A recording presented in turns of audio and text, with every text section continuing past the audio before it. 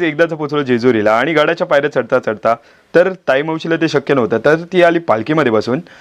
तर मी पहिलं वंशूला तो काय सेट्ट्या मारायचाच कमी करत नव्हता. फायनली पोहोचलो जेजुरीच्या पटांगणात. इथलं दृश्य पाहून माझे डोळे भरून आले. तिथेच आपल्याला भेटले आर्यन, आरोही, मल्हार आणि सुरभी. ते लोक तिथे बसले होते. तिथला नजारा इतका भारी होता ना की देव सगळ्यांनाच पावत होता.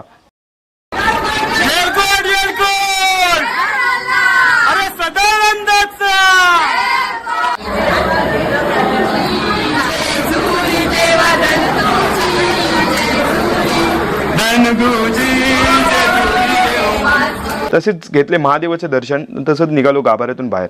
निघतानाच तसंच दिसलं मामा आणि कानावर एकच आवाज येऊ लागला.